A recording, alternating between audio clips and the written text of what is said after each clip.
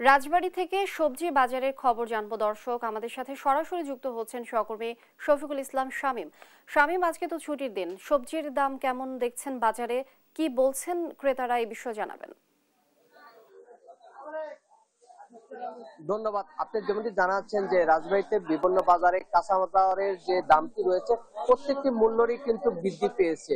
এদিকে আমি ক্রেতাদের সাথে কথা বলেছি, তারা বা বিক্রেতাদের সাথে কথা বলেছে, তারা জানিয়েছেন যে কাঁচামরিচের দামটি গত সপ্তাহে ছিল 190 থেকে 270 টাকা কেজি, যা আজকে কিন্তু 250 টাকা কেজি বিক্রি হচ্ছে। পাশাপাশি পেঁয়াজের দামটাও কিন্তু অতিরিক্ত পেঁয়াজের দামটাও কিন্তু বৃদ্ধি পেয়েছে। পেঁয়াজের দামের পাশাপাশি যে পণ্যগুলি রয়েছে সেই পণ্যগুলির দামও কিন্তু প্রত্যেকটা পণ্যের মূল্যটাই কিন্তু বেশি।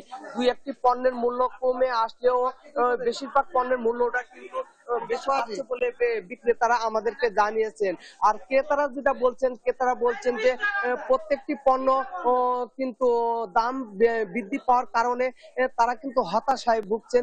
তারা জানাচ্ছেন যে বাজারে যে তারা টার্গেটটা নিয়ে আসছেন সেই টার্গেট কিন্তু তাদেরকে পূরণ হচ্ছে না। এক দুটি পণ্য কেনার পরে কিন্তু তাদের পকেট ফাঁকা হয়ে যাচ্ছে বলে তারা জানিয়েছেন।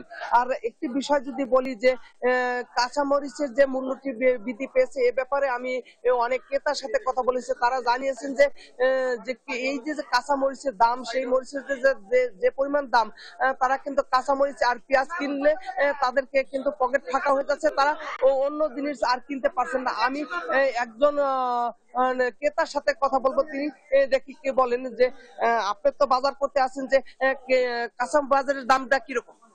অনেক দাম কাঁচা মরিচের, আর খুবই দাম।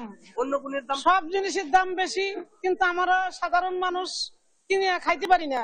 1 কেজি চালের দাম যদি 90 টাকা হয়, 70 টাকা হয়, তাহলে আমরা খাবো কি? তাহলে চারিদিক পানি উঠে গেছে গা।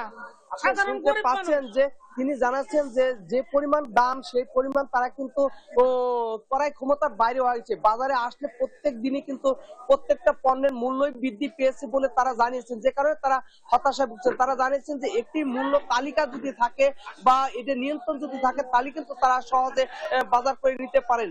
সব মিলে বলা যায় রাজবাড়ী জেলার যে প্রতিটি বাজারেই কিন্তু প্রত্যেকটা পণ্যের দাম, তার মধ্যে সবচেয়ে বেশি কিন্তু কাঁচামরিচ ও পেঁয়াজের দামটা একটু বেশি বলে ক্রেতা বা বিক্রেতারা জানাচ্ছে। তো এই ছিল রাজবাড়ী জেলার কাঁচা বাজারের সর্বশেষ সংবাদ।